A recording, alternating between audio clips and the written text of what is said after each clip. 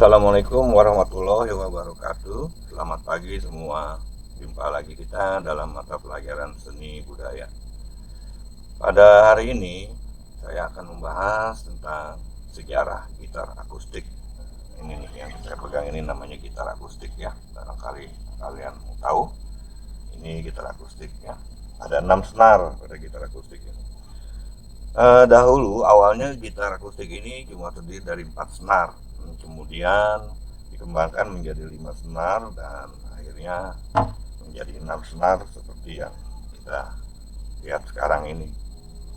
6 senar ini juga bisa untuk memainkan banyak musik atau banyak lagu dengan teknik bermain gitar yang benar tentunya.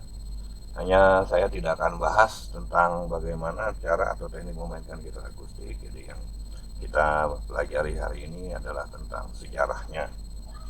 Padahal sebetulnya gitar akustik ini sudah ditemukan sejak ratusan tahun yang lalu ya. Nah, kemudian berkembang sampai hari ini. Dan bagaimana cara memainkannya itu juga melalui proses yang banyak ya.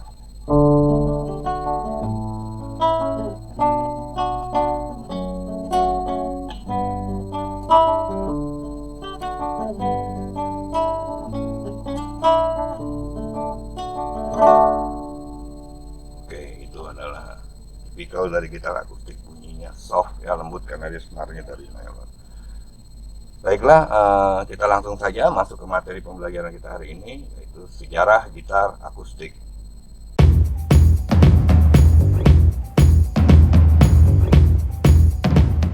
Gitar adalah suatu alat musik tradisional Spanyol, sehingga dipercaya bahwa alat musik petik ini berasal dari Spanyol. Tapi ada juga yang mengatakan bahwa sejarah gitar dimulai jauh sebelum Masehi, yaitu pada zaman Babilonia. Pada awalnya, alat musik ini bentuknya kecil dan memiliki 4 dawai atau senar yang masing-masing berpasangan. Jadi satu gitar itu ada 4 senar yang masing-masing berpasangan, artinya satu senar ada 2, nah berarti ada 8 senar ya. Nah, selama zaman Renaissance, alat musik gitar tidak populer dan tidak diminati masyarakat. Namun setelah Alonso Mudara mulai memperkenalkan alat musik ini melalui karya-karyanya, maka dengan segera orang-orang mulai tertarik untuk mendengarkan dan memainkan gitar. Dan pada saat itu gitar mulai populer di kalangan masyarakat. Pada abad ke-17 terjadi perubahan besar pada gitar. Gitar yang tadinya memiliki 4 dawai atau 4 senar yang masing-masing berpasangan, kemudian ditambah menjadi 5 senar yang juga masing-masingnya berpasangan, sehingga gitar dapat dipergunakan untuk memainkan jangkauan nada yang lebih luas lagi. Masih pada abad yang sama, yaitu abad 17 itu juga terjadi perubahan yang lebih besar lagi. Gitar yang tadinya memiliki 5 dawai ini kemudian ditambah menjadi 6 dawai atau 6 senar yang masing-masingnya tunggal atau tidak berpasangan lagi. Nah, gitar dengan 6 senar itulah yang kita kenal sampai hari ini. Pada abad ke-17 pada periode barok, dawai atau senar gitar ditambahkan menjadi 5 yang masing-masing berpasangan. Ini memungkinkan para pemain memainkan musik yang lebih kompleks dan luas. Pada akhir abad ke-17, 2 perubahan penting dibuat pada alat musik ini, yaitu 1. Sebelumnya tiap-tiap dawai berpasangan atau ganda, maka sekarang digantikan oleh senar tunggal. 2. Sebelumnya memiliki 5 senar, maka sekarang ditambahkan menjadi 6 senar tunggal yang dipakai hingga hari ini.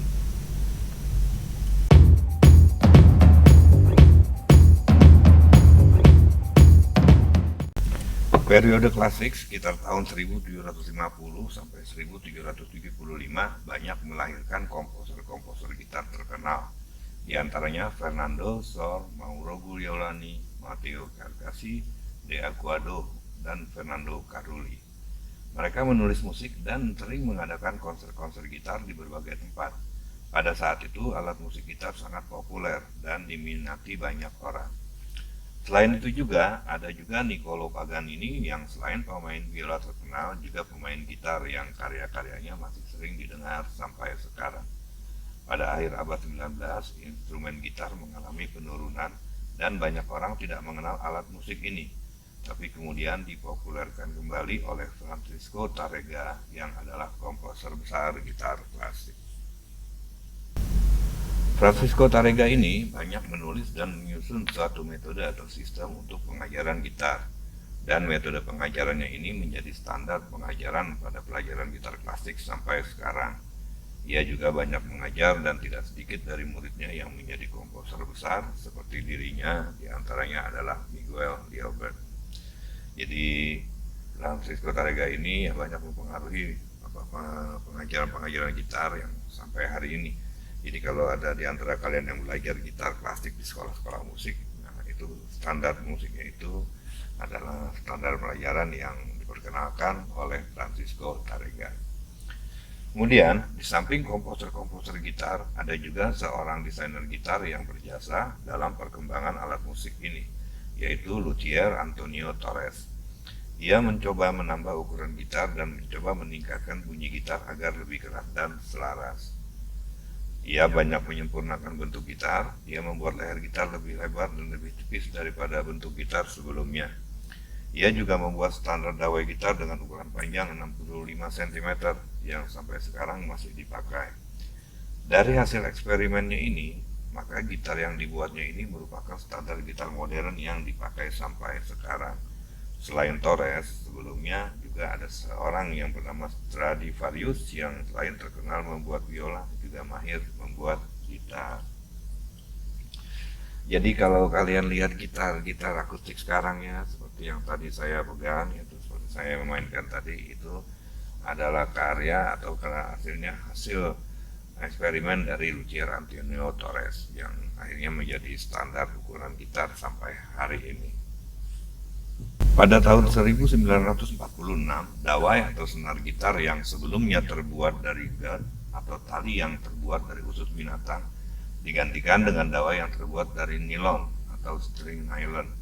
Dengan memakai string nilon, maka suara yang dihasilkan lebih besar dan lebih bagus.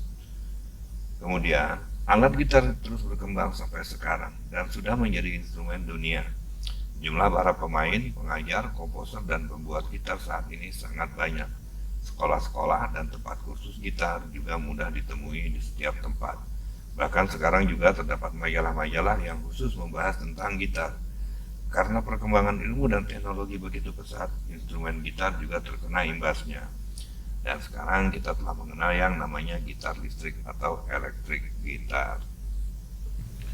Itulah pelajaran seni budaya kita hari ini dengan materi sejarah gitar akustik. Kita akan bahas materi-materi lain pada pelajaran atau PJJ berikutnya. Nah, terima kasih sudah mengikuti pelajaran hari ini. Akhir kata saya ucapkan wassalamualaikum warahmatullahi wabarakatuh.